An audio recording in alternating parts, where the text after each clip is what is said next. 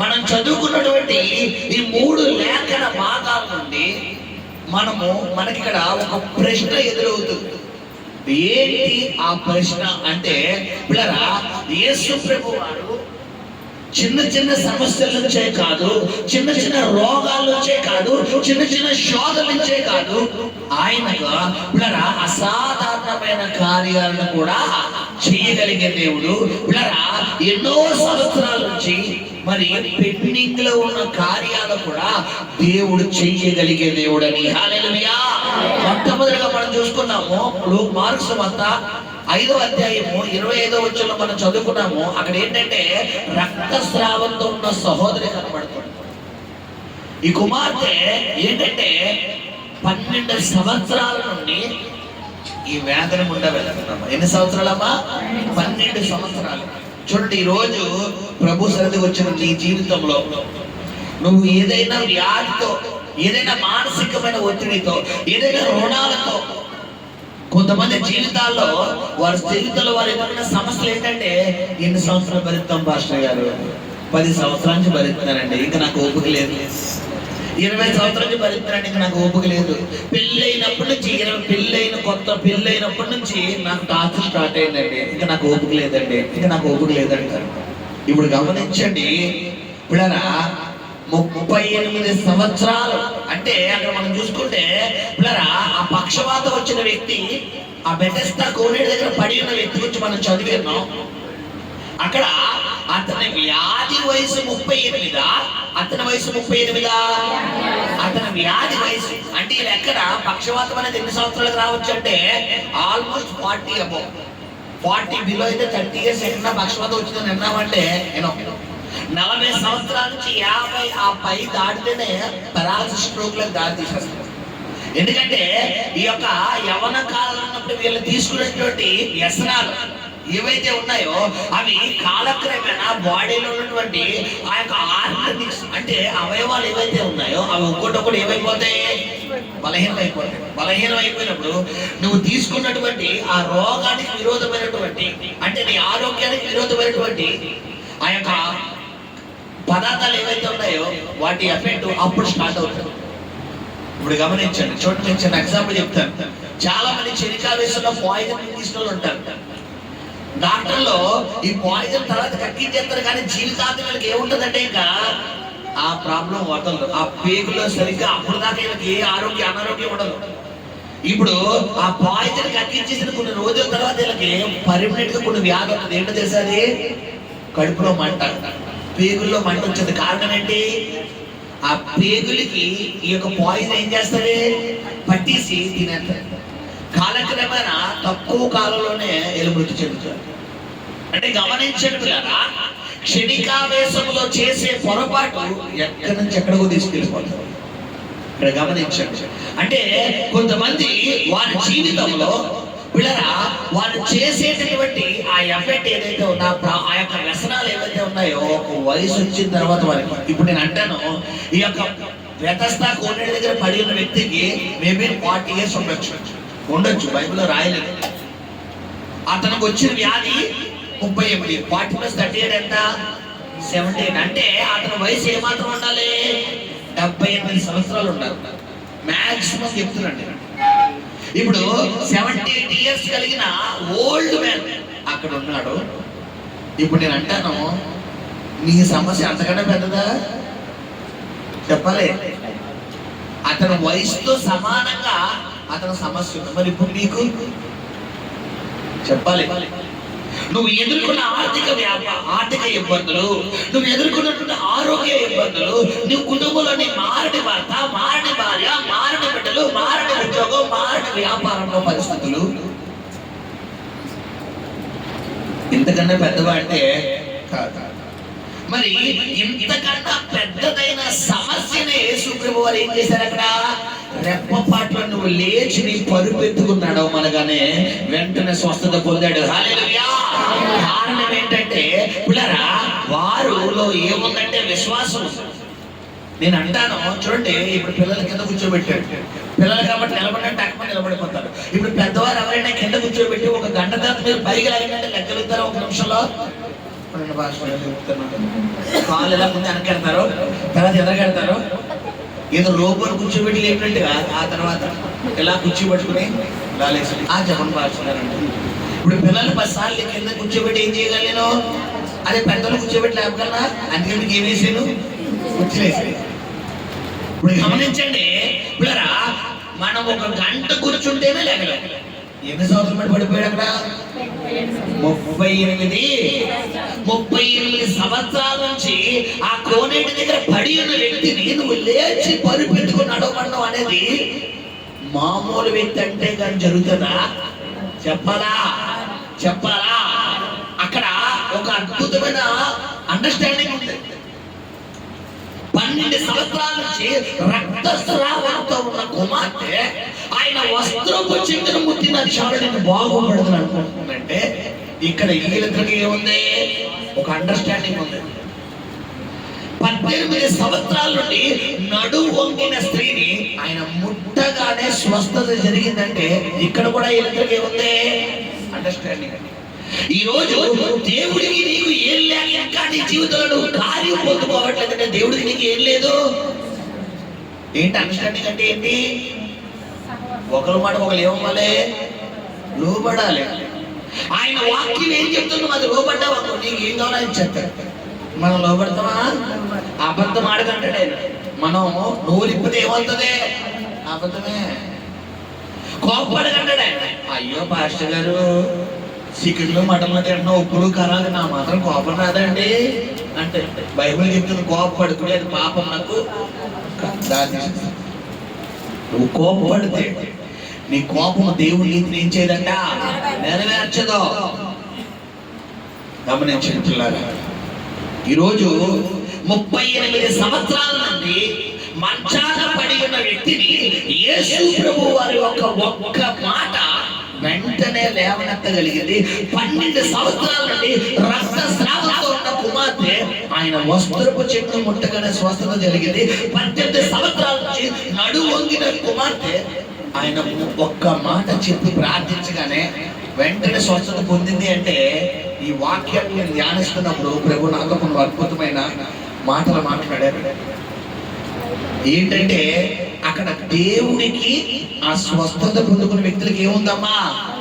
Understanding. ఈ రోజు నీకు దేవుడికి అండర్స్టాండింగ్ ఉందా? నేను అంటాను, ప్రార్థన కూడా చేస్తే కుదరదు, వాక్యం కూడా చదివితే కుదరదు. బైబిల్ చెప్తుంది ప్రభువా ప్రభు అని పిలిచి వారు పరలోకం చేరరు. ప్రభు చిత్తం ఏంటి? ప్రభు చిత్తం అంటే ప్రార్థించడము, వాక్యం చదవడము, వాక్యానుసారంగా జీవించడం. చాలా మంది జీవితాల్లో ప్రార్థన చేస్తారు, వాక్యం చదువుతారు, కానీ మూడోది మాత్రం కష్టం. ఏంటమ్మది? వాక్యానుసారమైన జీవితం. ఈ రోజు నీ జీవితం నీకు ఉందా? వాక్యానుసారమైన జీవితం. వాక్యానికి అనుకూలంగా జీవిస్తున్నావా? వాక్యానికి విరోధంగా వెళ్తున్నావా? ప్రభు నీతో మాట్లాడతాడు. ఎందుకు ఇంకా నీ జీవితంలో నువ్వు కార్యం పొందుకోవట్లేదు? ఎందుకు ఇంకా సమస్యలను విడిచిపెట్టి వెళ్ళడం లేదు? ఎందుకు ఇంకా శోధనల కొలిమిలో నువ్వు కొట్టుమిట్టాడిపోతున్నావంటే ఇంకా నీలో ఏం లేదంటే వాక్యానుసారమైన జీవితం లేదు. ఆయనకి నీకు ఏం లేదంటే అండర్స్టాండింగ్ లేదు. ఏమండి, ఒక లీటర్ పాల్లో ఇంత నలసపడింది. పోన్లే పోతే పోనీ అని వదిలేస్తామా? తీసే వరకు మనుష్యత ఉండదా? చెప్పాలి. అది వచ్చే వరకు అది ఆ స్పూన్ పెట్టుకుని లోపల ఏం చేస్తుంటాం? మనం తిప్పుతానే ఉంటాం. ఇంకా స్పూన్కి రాలేదు, ఇంకేం పెడతాం? చీడతాం. మొత్తానికి అది తీసిన తర్వాత మరి గిన్నెడు పాలు ఇంత నలసే ఉంటేనే మనం ఎలా అయిపోతే తన పోలిక చమడ తన స్వరూపం తన రూపంలో చేసుకున్న మనలో శరీరం అంతా కూడా పాపం ఉంటే ఆయనకి ఎలా ఉంటుందమ్మా? తీసుకెళ్తున్న పర్లోక రాజ్యానికి. గమనించు, ఇంకా నీకు ఆయన ఏం లేదంటే అండర్స్టాండింగ్ లేదు. ఆయన ఏం చెప్తున్నాడో నువ్వు అది చెయ్యాలి. బైబిల్లో అబ్రహాము గురించి మనం అంతగా చెప్పుకోగలుగుతున్నాం. అబ్రహాము అంతగా ఆశీర్వదించబడ్డాడు. అబ్రహాము తర్వాత వచ్చినటువంటి వంశావళులు అంతగా ఆశీర్వదించబడ్డాయంటే గల కారణం ఆదికాండం 12వ అధ్యాయమే అబ్రహాము ద్వారా మనకు మాదిరి. ఏమన్నాడు ఆదికాండం 12వ అధ్యాయం అబ్రహాముతో అంటే, అబ్రహాము నీవు లేచి, మొట్టమొదటి ఏం చెప్తున్నాడమ్మా? అక్కడ ఆగాలి. నువ్వు లేచి. ఈ లేచి 2 అక్షరాల్లో చాలా మేడం. లేచి అంటే ఏంటి? లేమ్మా ఇదా లెగడం చెప్పాలి, ఒక చూడాలి. లేచి అంటే ఏంటమ్మా? ఇదా లెగడం? ఎందులోంచి లెగాలి? నీ కట్టుబాటులోంచి లెగాలి, నీ ఆచారాలోంచి లెగాలి. కొంతమందికి మంగళవారం పొద్దు, కొంతమందికి శుక్రవారం పొద్దు, కొంతమందికి అమావాస్య, కొంతమందికి దశమి. బైబిల్లో ఉందా? మరి మనం ఎందుకు పాడుతున్నాం చెప్పాలి. కొంతమందికి కుక్క ఎదురు రాకూడదు, పిల్లి ఎదురు రాకూడదు. రోడ్డు మీద వెళ్తూ బండి ఏదో స్కిడ్ అయింది. ఇప్పుడు వెంటనే అనుకుంటారు ఎవడెదురు వచ్చాడో గుర్తుకొచ్చింది. పొద్దున్న లెగిసి నా పిల్లిని చూసేది, అందుకే ఇలా అయిపోయింది. వద్దు ఈ కుక్క ఎదురు వచ్చింది. వద్దు అయ్యయ్యో ఆ పొద్దున్న ఆడ మొహం చూశాడు రా బాబా, అందుకే నాకు ఈరోజు అన్ని గొడవలు. ఇప్పుడు నేను అంటాను, నీ ఆలోచన అలా రాంగ్ ఉంది కాబట్టి నీకు ఇది వచ్చింది. అంటే దీని ద్వారా కూడా ఎవరికి అవకాశం ఇస్తాడు? మనం అది గమనించండి. ఇక్కడ నీ ఆచారాలు మారాలి, నీ పద్ధతులు మారాలి, నీ ఆలోచన నీ యాటిట్యూడ్ మారాలి. ఊ అంటే భయం, ఆ అంటే భయం, కూర్చుంటే భయం, నిలబడితే భయం. ఇంటి నుండి పిల్లలు, ఇంటి నుంచి భర్త బయటికి వెళ్ళేటప్పుడు ఎవరి జాగ్రత్తగా వెళ్ళినట్టు తప్పులేదు. 1కి 10 సార్లు ఫోన్ చేసి జాగ్రత్తగా వెళ్ళవా చెప్పు, వెళ్ళవమ్మా జాగ్రత్తగా వెళ్ళవా అని 1కి 10 సార్లు మనం కనుక పిల్లరా అంటున్నాం అనుకోండి, ఏం లేనట్టు చెప్పాలి. దేవుడి మీద ఏం లేదు, మనకి నమ్మకం లేదు. ఇక్కడ గమనించండి, అన్యుల్లో ఎదురు చూస్తారు. ఎందుకు తెలుసా మీకు? ఎందుకు చూస్తారా తెలుసా మీకు ఆ విషయం? వీళ్ళు ఎదురు వచ్చిందో ఎక్కడ దండం పెట్టుకుంటారు? వీళ్ళు వాళ్ళ దేవుడి దగ్గరికి వెళ్ళి దండం పెట్టుకుంటారు. ఇప్పుడు పిల్లరా వాళ్ళ దేవుడి దగ్గరికి వెళ్ళి దండం ఎందుకు పెట్టుకుంటారంటే, నా ఎదురు నాకు నా ఇంటోళ్ళకి క్షేమం. ఒకవేళ నువ్వు ఎదురు రాకపోతే ఆ రోజు క్షేమం కాదు. ఇప్పుడు గమనించండి, నీ రాకపోకలని యెహోవా నీకు తోడే ఉన్నాడు అన్నాడు. మనం దాన్ని పోయిట ఆపోజిట్. అంటే గమనించండి, ఈ రోజు నిన్ను దేవుడు ఇంకా నీకు ఆశీర్వాదాలు నీకు రాకపోవడానికి కారణం ఏంటంటే, నువ్వు ఇంకా ఎక్కడున్నావు? నీ ఆచారంలోనే ఉండిపోయావు. నీ కట్టుబాటుగా సాయంత్రం 6 అయితే మనకి ఏమి వేయాలమ్మా చెప్పాలి, లైట్ వేయాలి. నేను అంటాను సేకరణ వస్తే సేకరణ ఒకసారి చలికాలం ఎప్పుడు వచ్చేస్తుంది? పెద్దవాడు వచ్చింది. వర్షాకాలం మొన్న 4 రోజులు వర్షాలు, మధ్యాహ్నం 3 గంటలకు మా ఇంట్లో లైట్ వేసేసాడు. సేకరణ వస్తే ఏమేస్తావు?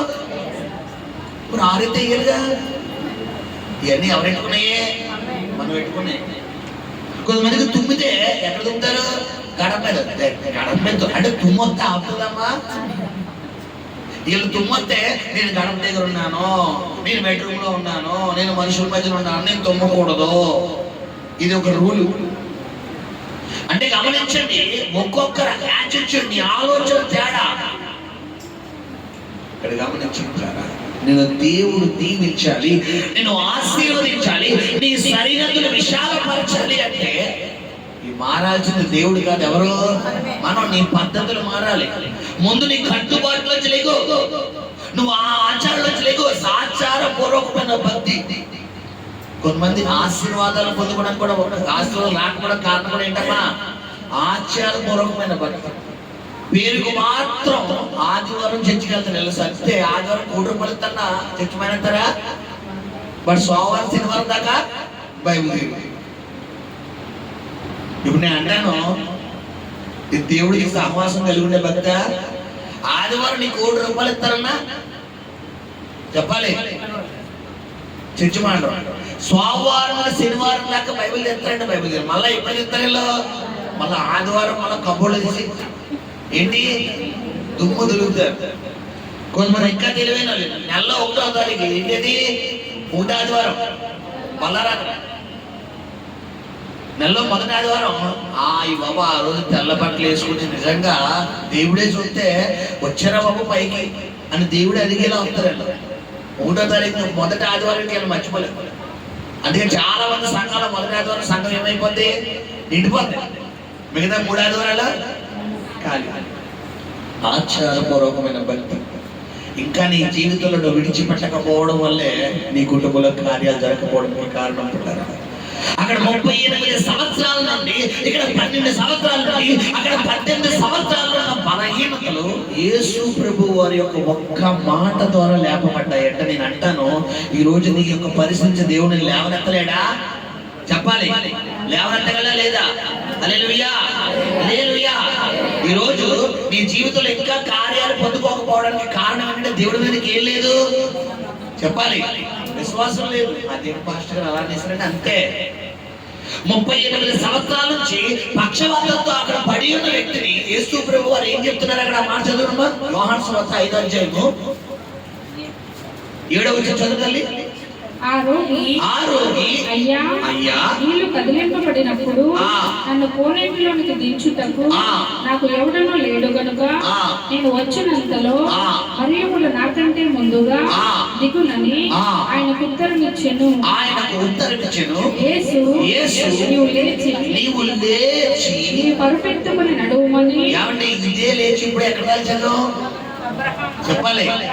అక్కడ కూడా అతను ఏం చేశాడు, ఇక్కడ ఈయన కూడా ఏం చేస్తున్నాడు. ఈ రోజు ఇంకా నువ్వు ఏం చేయట్లేదు, అంటిపోయాం పెంటికి వేసుకున్నావు. నువ్వు ఏం వేసుకున్నావు? ఆచారం అనే పెంటిక్కు, అలవాట్లనే పెంటిక్కు, కట్టుబాట్లనే పెంటిక్కు. పెంటికి అంతే ఏమవుతుంది, మీరు వచ్చే ముందు దగ్గర పోతే నువ్వు పెంటికి వేసాను. ఇప్పుడు ఎగురుతుందా చెప్పాలి. ఇప్పుడు ఎగురుతుందా ఏమ్మా? పెంటికి దెబ్బ, కొంతమందికి ఇదే దెబ్బ. ఇంకా నీకు దీవెన రాకపోవడానికి, ఇంకా నీ కుటుంబంలో కార్యాలు పొందుకోకపోవడానికి పెవిటిక్ తీసుకుంటాం. ఈ పెవిటిక్ ఎలా ఉంటుందంటే, అయ్యో భాస్కర్ గారు నన్ను వదలమన్నా వదలండి, చిన్నప్పటి నుంచి ఆచారం అలవాటు. కొత్త బట్టలు కొనుక్కుంటే ఏమిట్టుకుంటారు చాలా మంది, బస్సు బట్టలు. ఒకరోజు నేను విశ్వాసం మాకు ఒక శుభలేఖ ఇచ్చాను. 5వ నుంచి కంటిన్యూ కనబడే క్రిస్టియన్స్. ఆ శుభలేఖ చూస్తుంటే 4 దిక్కుల ఆయిల్ మార్కులు కనబడుతున్నాయి, తైలు మార్కులు కనబడుతున్నాయి.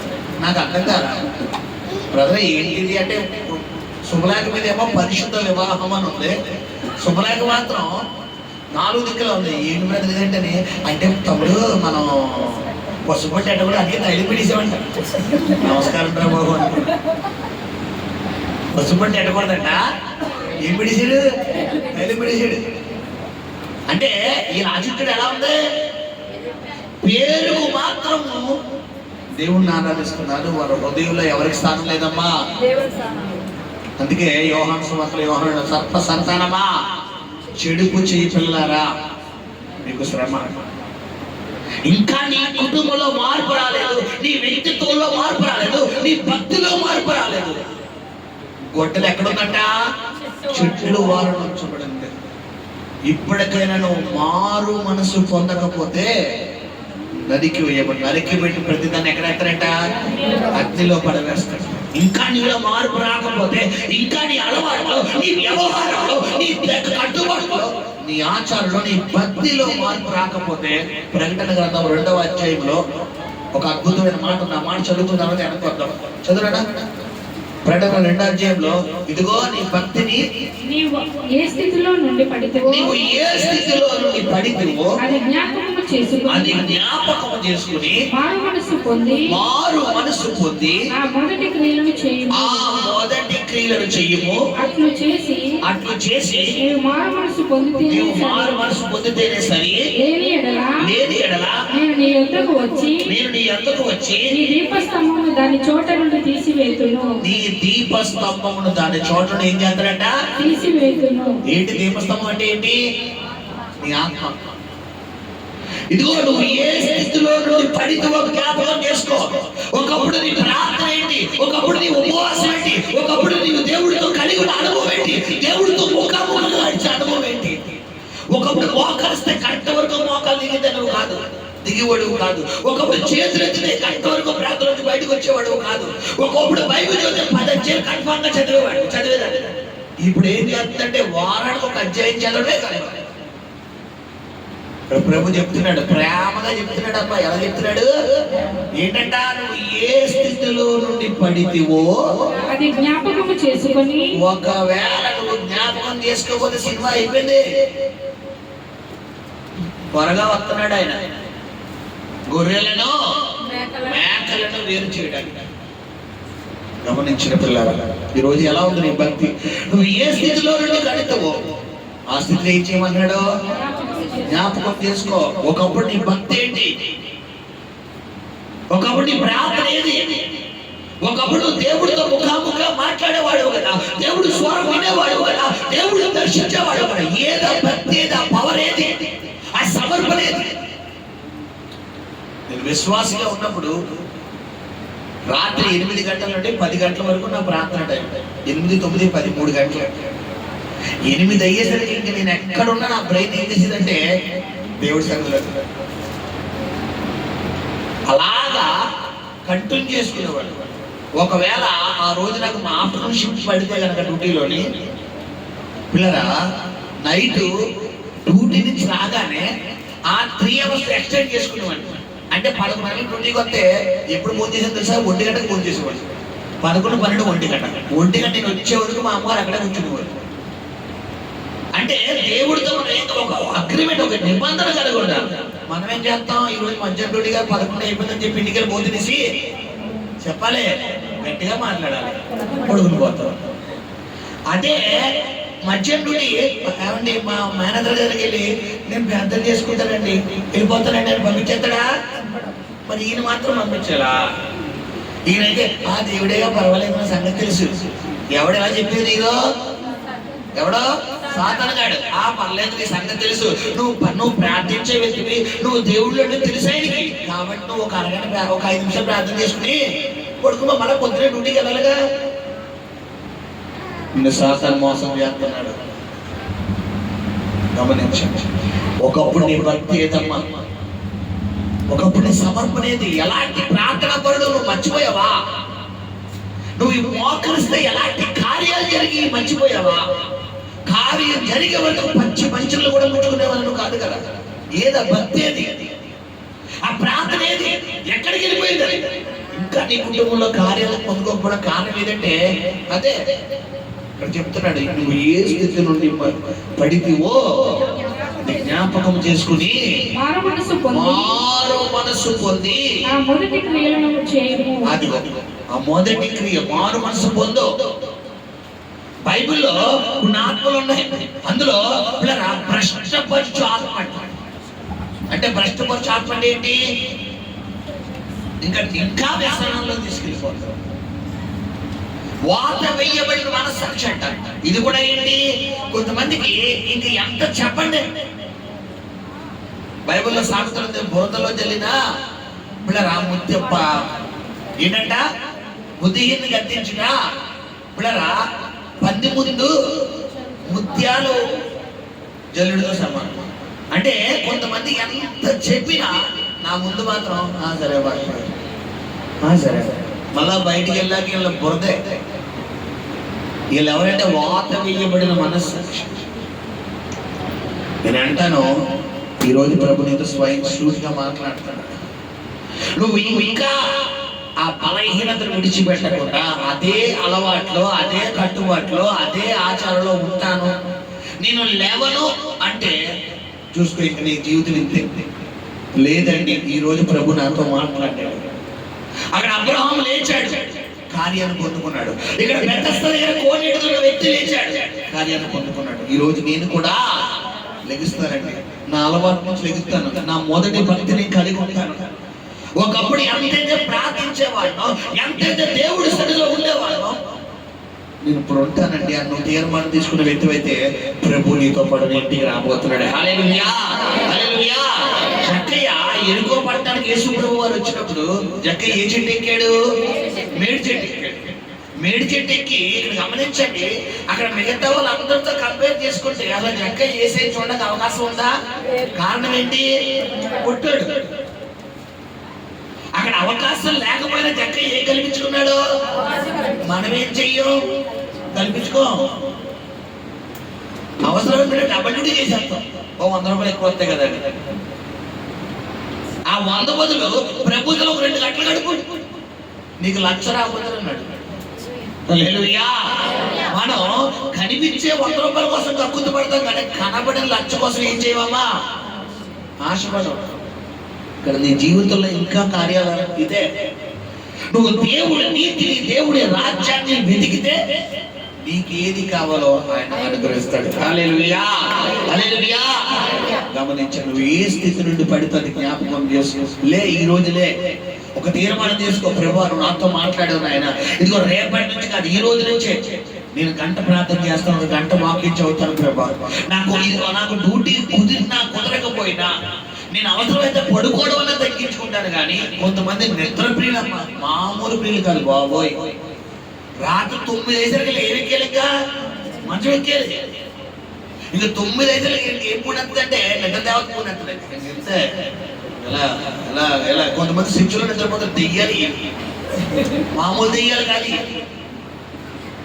నువ్వు శిక్షలో నీకు నిద్ర వస్తుందంటే నీకు బోత పట్టుకుంది అనమాట. ఇప్పుడు 50 తెచ్చుకుని వస్తుంది అది దెయ్యాలు. విషయం నేను చెప్తున్నాను, శ్రద్ధగా ఆలోచించండి పిల్లరా. నువ్వు చర్చిలో వాక్యం వింటే నిద్ర వస్తుందంటే కారణం ఏంటి తెలుసా? నీ బలహీనతకు ఉన్నవా? కాదు కాదు. ఫర్ సపోజ్ ఇప్పుడు ఈ బ్రదర్ ఉన్నారు, నేను వాక్యం చెప్తుంటే ఈయన చాలా శ్రద్ధగా ఆలోచిస్తున్నారు. ఇప్పుడు నేను నిద్ర వచ్చాను అనుకోండి. ఈ నిద్రపోవడానికి సాధన ఎందుకు బ్రదర్ నిద్రస్తాడు తెలుసా? ఎక్కడి వాక్యం వింటే బ్రదర్ బలపడిపోతారు, దేవుడిలో బలపడిపోతారు, తర్వాత దేవుని ఆశీర్వాదాలు పొందేసుకుంటారు, దేవుడి జీవనం పొందేసుకుంటారు, తర్వాత తన కష్టాలన్నీ తీరిపోతాయి, తర్వాత దేవుడు స్వతంత్రంగా ఆరాధిస్తాడని చెప్పి సాధన ఏం చేస్తాడు? జాయ్ కొడుకో లాలి లాలి లాలి లాలి అంతే. అలా అబ్బా అంత చక్కగా ఏసీ తగ్గుతుంది, ఫ్యాన్ ఉంది, కొంతమంది గాలేదు, ఆ మూలకెళ్ళి కూర్చుంటారు. ఏ మూలకెళ్ళి కూర్చుంటారు? ఆ మూలకెళ్ళి కూర్చున్నా కూడా చెవట్లు కూడా ఏం పట్టద్దే చెప్పాలి. నాకు ఫ్యాన్ తగలాలి, ఫ్యాన్ తగిలితే నిద్రపడదు. ఎప్పుడైనా ఫస్టే పడుకుంటారు. నిద్రలోకి వెళ్తే ఎక్కడ తెలుసా? మూల ఉంటారు. కారణం ఏంటి? స్టార్టింగ్ కొంతమందికి ఈ చర్చకు వచ్చాక నిద్ర వస్తుందంటే కారణం ఏంటి?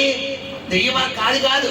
ఎక్కడ నువ్వు వాక్యం వింటే నీ కుటుంబాన్ని నువ్వు కట్టేసుకుంటావు, నువ్వు దేవుళ్ళు బలపడిపోతావు, దేవుడి రాజ్యం కట్టేస్తావు, నీ అప్పులు పోతాయి, నీ అనారోగ్యం పోతుంది, సమస్యలు పోతాయి. సాధారణంగా నిద్ర చర్చిలోకి రావడం ఆలస్యం. ఇంట్లో పడుకుందామని మంచం మీద ఎంత దొల్లిడ వస్తుందా నిద్ర? రాదు. చర్చిలోకి వచ్చినా నీకు నిద్ర వస్తుందంటే ఒక వెనకడ తల్లి అంతే, జస్ట్ ఫర్ ఫన్, రియల్ కాదు. ఒక తల్లి వచ్చినట్టు పాస్టర్ గారు చర్చు ఎందుకండి మధ్యాహ్నం 1 గంటల దాకా పెడతారు, కంటిన్యూగా సాయంత్రం దాకా పెట్టచ్చు కదండి. అబ్బా అబ్బా అబ్బా ఎంత ఆశ అమ్మా అన్నాడంట. అంటే దేవుడి మీద ఎంత ఆశ అంటే ఈయన అనుకున్నారంట, పాన అమ్మని చూసి తెచ్చుకోండి, పాన అమ్మని చూసి తెచ్చుకోండి. ఇంతగా ఎందుకు? నాకు చర్చిలో నిద్రవస్తుంది మాస్టర్ గారు, మీరు వాకింగ్ చెప్పేది ఆ గంటలో ముగించేస్తారు. అదేదో 4-5 గంటలు వాకింగ్ చెప్తే చక్కగా నిద్రపోతారు కదండి. మా ఇంట్లో నిద్ర ఉండట్లేదండి బాబు, మా పిల్లలు గొడవ, మా ఆయన గొడవ, మా కుటుంబం గొడవ, వీళ్ళ గొడవలు నాకు ఏం రావట్లేదు. అదే చర్చిలో మీరు వాక్యం చెప్తే అందరూ సైలెంట్ గా ఉంటారు. చక్కగా నేను కూడా సైలెంట్ గా ఉండి అలా నిద్ర ధ్యానంలోకి వెళ్ళిపోతాను. ఇదా భక్తి? చెప్పాలి. లేగాలి నువ్వు ఈ స్థితిలోంచి లేకు. ఇంకా నీ కుటుంబంలో కార్యాలు జరగకపోవడానికి అదే. అక్కడ బెతస్దా దగ్గర కోనేటి దగ్గర వ్యక్తి లేచాడు, ఇక్కడ అబ్రహాం లేచాడు, దీవించబడ్డాడు. ఈ రోజు నువ్వు కూడా ఏం చేయాలి? నిద్రట్లో లేదు. ఏ నిద్ర? సోమరి. ఎంతవరకు నువ్వు కాళ్ళు ముడుచుకుని పడుకుంటావో ఒకటి ఎదికెత్తదండి, ఎదుకుంటూ వచ్చేదండి జ్ఞానం. ఏంటది? దరిద్రం. కొంతమందికి సూర్యకిరణాలు మొహాన్ని కొట్టే వరకు ఏం చేయాలో నీ ఇంట్లో ఇంకా దరిద్రం తానం చేయడానికి ఇదే. 10 అయినా 11 అయినా పాసుకోక తొడరు, ఆ సీపరేరు, ఆ పాసుకోక తొడరు. ఆ గిన్నెలు ఏం తిరిగిందంటే అక్కడే ఉంటాయి. ఆ ఇంట్లో అక్కడే తింటాం, అక్కడే తిరిగేస్తాం, అక్కడే పడుకుంటాం, అక్కడే అన్ని. బాబోయ్ కొన్ని గృహాలకు నేను దర్శనానికి వెళ్తాను, ఎంత మీద వచ్చేస్తాను రా బాబు అని పెట్టి. అంటే గమనించండి పిల్లరా, చెప్పడం అని కాదు, కానీ నీ ఇంట్లో ఇంకా నీకు ఆశీర్వాదం రాకపోవడం కారణం నీ కట్టుబాట్లు, నీ ఆలోచన, నీ వ్యవహారాలు. ముందు నువ్వు మారాలి, నీ పద్ధతులు మారాలి, నీ ఆచిత్యుడు మారాలి. కొంతమంది తిన్నావా పడుకున్నావా అంతే, ఇదే బతికి. ఇంకా భక్తి, ప్రార్థన, కుటుంబం, ఆరాధన, వాక్యం అబ్బబ్బబ్బబ్బబ్బ. మళ్ళా ఇలా ఆదివారం వచ్చేసరికి నీతి మంతులు గుంపెడితే ఫస్ట్ లైన్లో ఎవరుంటారు? ఏలే. కారణం ఏంటి చెప్పండి? వారం భక్తులు. గమనించి అక్కడ 38 సంవత్సరాల నుండి పడి ఉన్న వ్యక్తి యేసు ఒక నోటి మాట స్వస్థపరిచారు. 12 సంవత్సరాల నుంచి పడి ఉన్న వ్యక్తి ఆయన వస్త్రపు చెక్కు ద్వారా స్వస్థత పొందారు. 18 సంవత్సరాల నుంచి ఉన్న వ్యక్తి స్వస్థత పొంది ఉన్నారు. ఈ రోజు ఇంకా నీ కుటుంబంలో ఇంకా అప్పుల్లోంచి, ఇంకా అనారోగ్యంలోంచి, ఇంకా శోధలోంచి నువ్వు లెగకపోవడానికి కారణం ఏంటంటే వాళ్ళు లోబడ్డారు. మనం ఏం చేయట్లేదు. ఇప్పుడు నేను మిమ్మల్ని ఒక ప్రశ్నిస్తాను. ఇక్కడ అదే 30 సంవత్సరాల నుంచి పడి ఉన్న వ్యక్తి ఇక్కడే ఉన్నాడు. ఇప్పుడు నేను చెప్పాను, నా బిడ్డ నువ్వు లేచి పరిగెట్టి అనగానే నా వంక ఎలా చెప్తారు? మొహల్లో మొహం ఎట్టేలాగా. అసలు ఇలాంటి అమాయకులైన ప్రపంచంలో ఎవరు లేదని అదేంటి పాస్టర్ గారు నన్ను అలా అంటున్నారు? నేను లెగలేందనే కదా మీరు నన్ను ఎక్కిస్తున్నారు. నేను లెగలేదు అందుకే నేను చర్చికి రాదు. ఆయన నువ్వు లేచి పరిపెత్తగానే ఆ వ్యక్తి లోక సంబంధంగా ఉంటే ఎలా అనుకుంటాడు? ఇప్పుడు నేను అంటాను, నేను ఒక శ్రద్ధగా చూడండి. ఇప్పుడు ఈ కుమార్తె ఆ వ్యక్తి అనుకోండి. నువ్వు లేచి పరిపెత్తుకు నడమని ఈ మాట విడుదలైన వెంటనే ఆయన ఎముకలలో జాయింట్లు వదిలేసిన ఎముకలో ఏ స్టార్ట్ అయితే చెప్పాలి? కర్ర కర్ర కర్ర కర్ర అని ఒక లోపల స్టిక్ అయిపోతుంది. బోర్డులన్నీ లూజ్ అయిపోయిన బోర్డులన్నీ ఏం చేస్తుంది? దేవుడు పరిశుద్ధాత్మ టైట్ చేసేస్తున్నాడు. లోపల ఈ వ్యక్తికి ఏదో అయిపోతుంది. ఆ ఎముకల్లో పడిపోయిన కట్టి బంధించిన సాతాను 38 సంవత్సరాల నుంచి ఇతను కట్టి బంధించిన ఆ కట్టను ఒక్కొక్కటి ఏమైపోతున్నాయి? తెగిపోతున్నాయి. ఈ రోజు నువ్వు గనక లోపడితే నీ కట్లు కూడా ఆయన తెంపేపోతున్నాడు. నిన్ను కట్టిన అప్పులనే కట్లు తెంపేపోతున్నాడు. అనారోగ్యమనే కట్లు తెంపేపోతున్నాడు. రోగం అనే కట్లు తెంపేపోతున్నాడు. అవమానం అనే కట్లు తెంపేపోతున్నాడు. వ్యతిరేకత అనే కట్లు తెంపేపోతున్నాడు. ఎంతకైతే దేవుడికి విరోధంగా నువ్వు జీవిస్తున్నావో నువ్వు మారాలి. నువ్వు మార్పు చెందకుండా దేవుడి కార్యం జరగడం అనేది అసాధ్యం.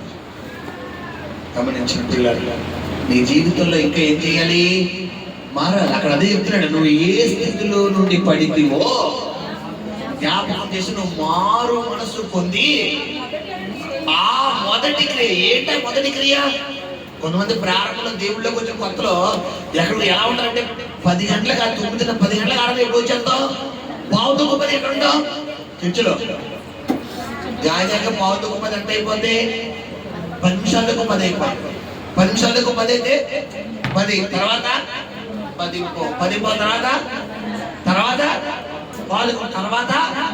తర్వాత అనుకున్నాం పాస్టర్ గారు ఇంకా రాడు కదా, వాకింగ్ ఇప్పుడు వెళ్దాంలే. తర్వాత ఇప్పుడు వాకింగ్ స్టార్ట్ అయిపోయింది. పర్లేదు వచ్చి ఆ తర్వాత. కారణం ఏంటి? నీ భక్తి చల్లార్చేటువంటి సాధన. గమనించండి, ఈరోజు ఎలా ఉంది నీ భక్తి? ఒక తీర్మానం తీసుకో. ప్రభువా, ఇక నేను దేంట్లో అన్నా నేను నిర్లక్ష్యం ఉంటుంది, కానీ నేను నీ భక్తి విషయంలో నిర్లక్ష్యం కలిగి ఉన్నాయ్యా. ఈ రోజు నుంచి ప్రతిరోజు చాలా మందికి తెల్లవారుజాము ప్రార్థన చేసే అలవాటు. ప్రారంభంలో మీరు యథార్థంగా చేయాలంటే ప్రారంభంలో ఎంతమంది తెల్లవారుజాము వేసేవారు? దేవుణ్ణి నమ్ముకున్న ప్రారంభంలో తెల్లవారుజాము భక్తి యథార్థంగా చేతులు పైకెత్తారు. ఎక్కడ వెనకాల ఎదరా తెల్లవారుజాము. ఓకే, ఇప్పుడు ఎంతమంది ఫాలో అవుతున్నారు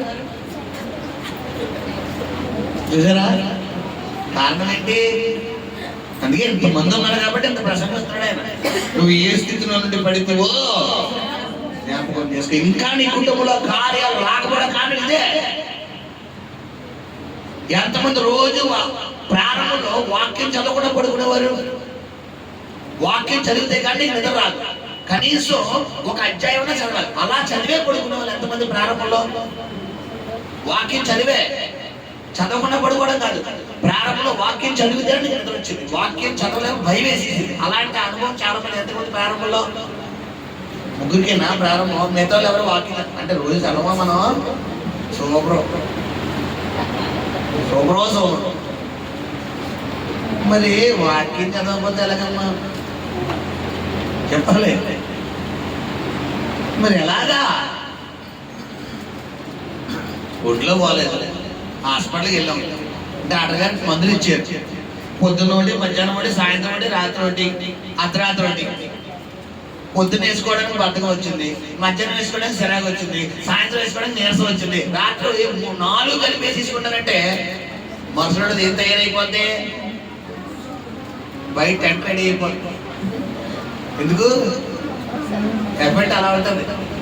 కొంతమంది ప్రార్థన విషయంలో ఇదే, పొద్దున్న వేసుకోవాల్సింది మధ్యాహ్నం, మధ్యాహ్నం వేసుకోవాల్సింది సాయంత్రం, సాయంత్రం వేసుకోవాల్సింది మానే కూడా.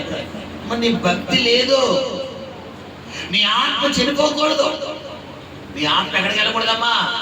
నరకానికి వెళ్ళకూడదని నీ ఆత్మను ఏం చేయలేవు? బలపరచాలి.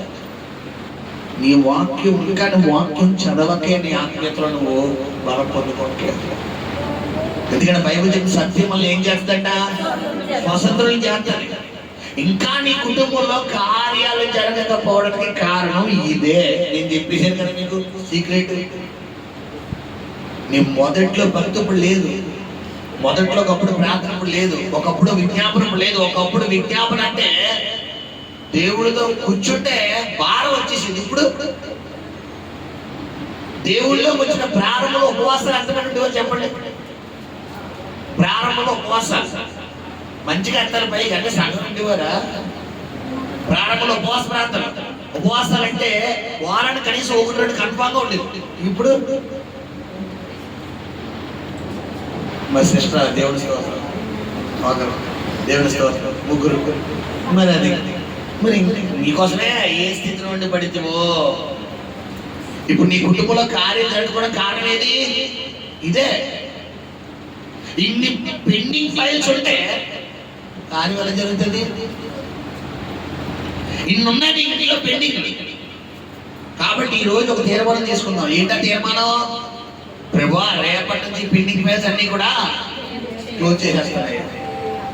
నేను సరెండర్ అయిపోతున్నా, నువ్వు నాతోనే మాట్లాడావు. నేను మళ్ళా మొదటి భక్తి కొనసాగిస్తాను, మొదటి ప్రార్థన కొనసాగిస్తాను, మొదటి సమర్పణ కొనసాగిస్తాను. నేను చెయ్యాల్సినంత నేను చేస్తాను, నువ్వు చెయ్యాల్సింది చేయలేను. నేను అంటాను, నువ్వు చేయడం ప్రారంభించి ముగించక్కర్లేదు. నువ్వు ప్రారంభిస్తే చాలు, ఎవరు రంగంలో దిగుతారు అంటే. నువ్వు ఒక్కసారి తీర్మానం తీసుకుని నువ్వు ప్రారంభించుడు. నువ్వు ఇప్పుడే తీర్మానం తీసుకో, నీ పక్షంగా దేవుడు తన దూతలు పంపిస్తాడు.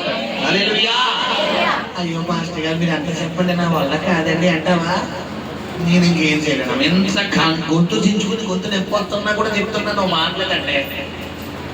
మరి అది కాబట్టి మొదటి భక్తికి ఎవరు వెళ్దామని ప్రార్థనిస్తారు? మీ చేతులు పైకెత్తండి. మీకోసం నేను ప్రార్థన చేస్తాను. మొదటి ప్రార్థన, ప్రభా మొదట్లోనే సమర్పణ కలిగిన ప్రార్థన చేస్తాను. అయ్యా నాకు ఆ భక్తి కావాలని. అయినా నిజమే ప్రభా, నాలో చల్లారిపోయింది, నాలో ఆత్మ చల్లారిపోయింది, ఆ అభిషేకం చల్లారిపోయింది, ఆ సమర్పణ చల్లారిపోయింది.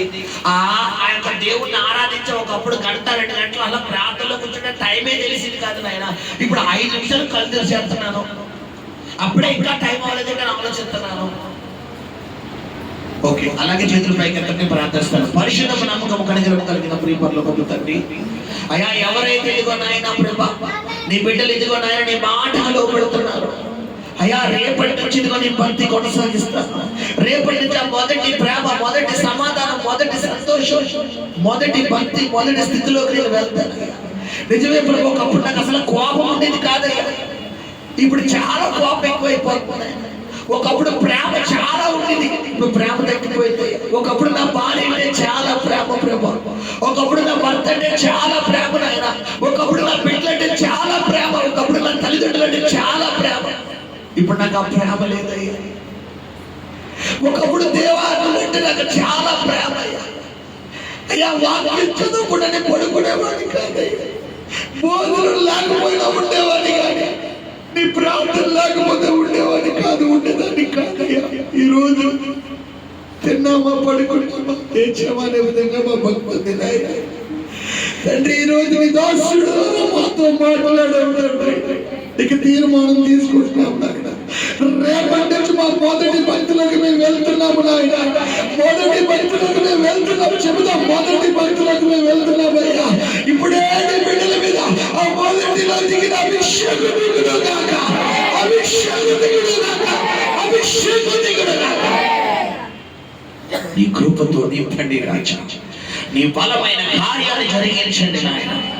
ఎంతైతే సాతాను విని ఆటంకపరిచి తెల్లవారుజాము ప్రార్థన లేకనివ్వకుండా, విజ్ఞాపన చేయనివ్వకుండా, వాక్యం చదవనివ్వకుండా, ఇక నా జీవితం ఇంతే, నా బ్రతికితే, నా పరిస్థితి ఇంతే, ఇక దేవుడే చేయాలి, నా వద్దు నేను చెయ్యలేనని నీ బిడ్డల్ని నిర్లక్ష్యపరిచి నిస్పృహలోకి తోసేసాడయ్యా.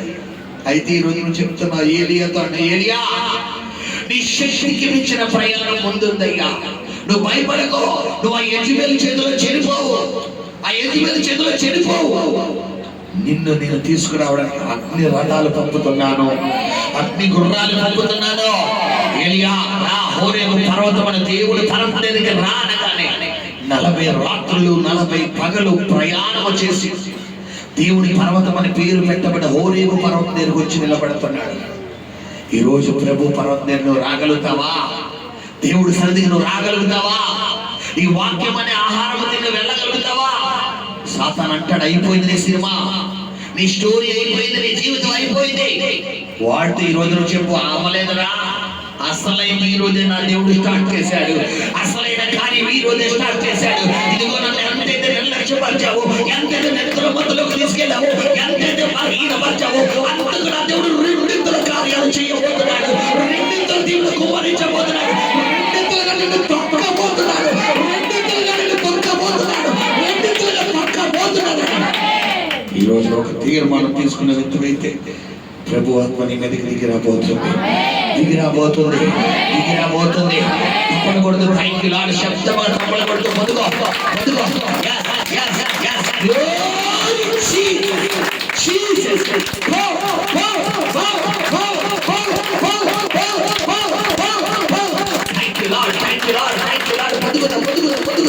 అడుగు అడుగు అడుగు అడుగు అడుగు అడుగు అడుగు అయ్యా దావీదు కుమారుడా, నాటి పోకయ్యా, ముందువాడి కేకలేస్తున్నాడు, కేకలేస్తున్నాడు, కేకలేస్తున్నాడు. ఈరోజు నువ్వు కేక వేసే వ్యక్తిగా ఉండాలి, కేక వేసే వ్యక్తిగా ఉండాలి.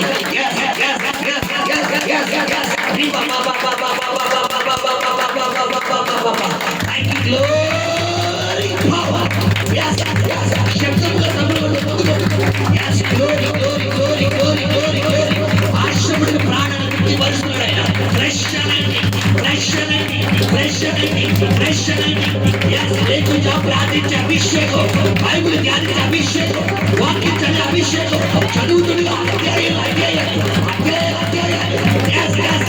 కుటుంబం కొరకు, నీ భర్త కొరకు, భార్య కొరకు, బిడ్డల కొరకు, నీ తల్లిదండ్రుల కొరకు, తోబుట్టుల కొరకు, నశించిపోతున్న ఆత్మల కొరకు భారంగా ప్రార్థించే అభిషేకం. స్తోత్రం. మా దేవానికి వందనాలు, మా మధ్యకు దిగు వచ్చి నీకు వందనాలయ్యా. బలహీనంగా ఉన్న నీ బిడ్డల్ని ఎలా పంపించని చిత్తం కాదు కాబట్టి నీ బలాన్నిచ్చి మీరు పంపించారు ఆయన. నీ వాక్యమైన ఆహారాన్ని మీరు పెట్టారు, నీకు వందనాలయ్యా.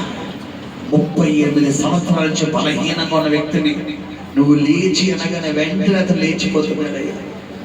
ఈరోజు నువ్వు లెగలేకపోయావు నాయన, మా అలవాట్ల నుంచి లెగలేకపోయాం. ఇది వాక్యం ద్వారా మమ్మల్ని లేపావు నాయన.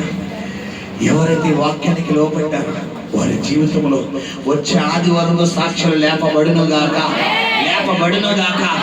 రేపటి నుంచి నీ బిడ్డల ప్రార్థన యుద్ధ వీరులుగా మారుదురు గాక. కొన్ని గంటల మోకరించుదురు గాక, కొన్ని గంటల పౌరుషంగా ప్రార్థించుదురు గాక, బంధించి ప్రార్థించుదురు గాక, ఉపవాస ప్రార్థన శక్తిని పొందుకుందురు గాక. నీవే మహిమ ఘనత ప్రభావాలు పొందుకోమని వేడుకుంటూ ప్రభు అయిన యేసుక్రీస్తు నామములో ప్రార్థించి వేడుకొని పొందుకుని నామ తండ్రి, ఆమేన్. హల్లెలూయా, హల్లెలూయా. శబ్దంగా దేవుని స్తోత్రం చేద్దాం. హల్లెలూయా. దేవునికి మహిమ కలుగును గాక. చిన్న ప్రకటన పిల్లలు